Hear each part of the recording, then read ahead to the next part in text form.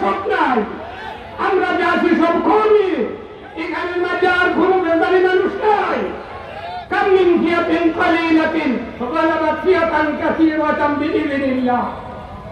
ইনশাআল্লাহ আমাদের কাইফিয়ত আসল, কমিয়ত আসল না। কাইফিয়ত যদি ইখলাসের সাথে মেহনত করি কমিয়তে পরিণত হবে ইনশাআল্লাহ।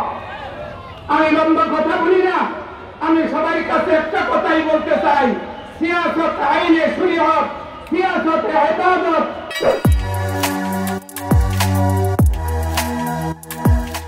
এই কথা মনে করে যদি আমরা মেহনত করি ইনশাআল্লাহ আমাদের মেঘে বিজা, আমাদের কষ্ট, আমাদের সবকিছু ইনশাআল্লাহর কাছে মকবুল। এই কারণে উলামায়ে কেরামদের কাছে আবদার, আমরা যেন ইখলাসের সাথে, ইত্তেহাদের সাথে, ইত্তেফাকের সাথে আমরা যেন কাজ করি। আর ছাত্র ভাই যারা, তোমাদেরকে বলবো ঝুঁসে না, ঘুষে কাজ করবা। সর্বদাই নিজের আদব, আখলাক, ভদ্রতা, শালীনতা হাতে রাখিয়া সর্বদা আমরা কাজ করবো ইনশাআল্লাহ।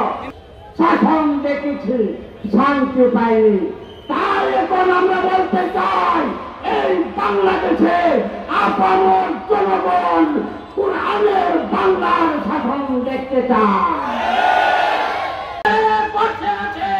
যে কোনো সময় প্রতিবিপ্লব ঘটানোর ষড়যন্ত্রে লিপ্ত হয়েছে, আপামর জনতাকে সে ষড়যন্ত্র রুখে দেওয়ার মতো ঐক্যবদ্ধ শক্তির প্রয়োজন রয়েছে।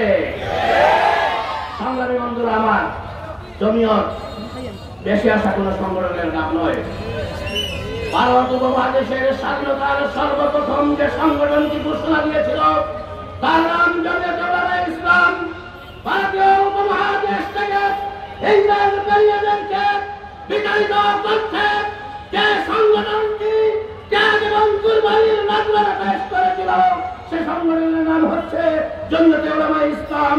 জমিয়ত উলামায়ে ইসলামের ইতিহাস আর মালটার বন্দিশালায় শেখুল হিন্দ মাহমুদ হাসান দেওবন্দি রহমতুল্লাহ সহ বন্দি উলামায়ে ইসলামের নির্যাতন সহ্যের ইতিহাস, জমিয়ত উলামায়ে ইসলামের ইতিহাস, পেশোয়ারের রাস্তায় রাস্তায় উলামায়ে দেওবন্দের চূড়ান্ত লাশের ইতিহাস, জমিয়ত উলামায়ে ইসলামের ইতিহাস 190 বছরের গোলামীর জিঞ্জির থেকে ভারত উপমহাদেশকে স্বাধীন করার ইতিহাস। সেই ইয়াকুদ্দিন এবং মঈনুদ্দিন সরকার, আমরা সেই ধরনের সংস্কার আর দেখতে চাই না। এই দেশে যদি রাষ্ট্রীয় সংস্কার করতে হয় উলামায়ে কেরামের নেতৃত্ব ছাড়া রাষ্ট্রীয় সংস্কার সম্ভব নয়।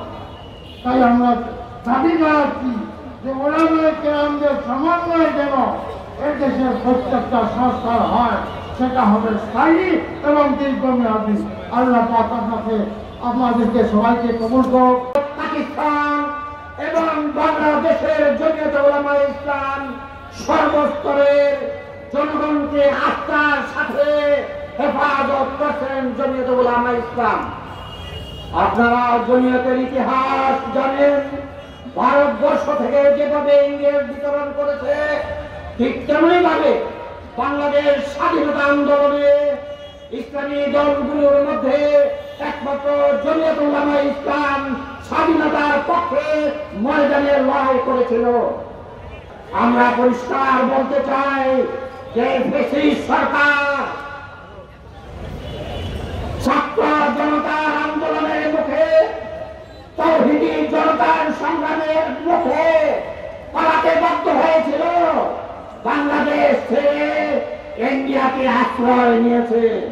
আমরা ইন্ডিয়ার মোদী সরকারকে বলতে চাই, আমাদের দেশে সে কুখ্যাত হাসিনা আমাদের দেশের জন্য যেরকম বিপজ্জনক ছিল ঠিক তেমনি ভাবে ভারতের জন্য এই শেখ হাসিনা কলঙ্কজনক। তাকে আশ্রয় দেওয়া দীর্ঘদিন ভারতের জন্য নিরাপদ নয়। আমরা মনে করি তাকে যথাযথ হত্যার বিচারের জন্য বাংলাদেশের হাতে তাকে সোপর্দ করা হোক।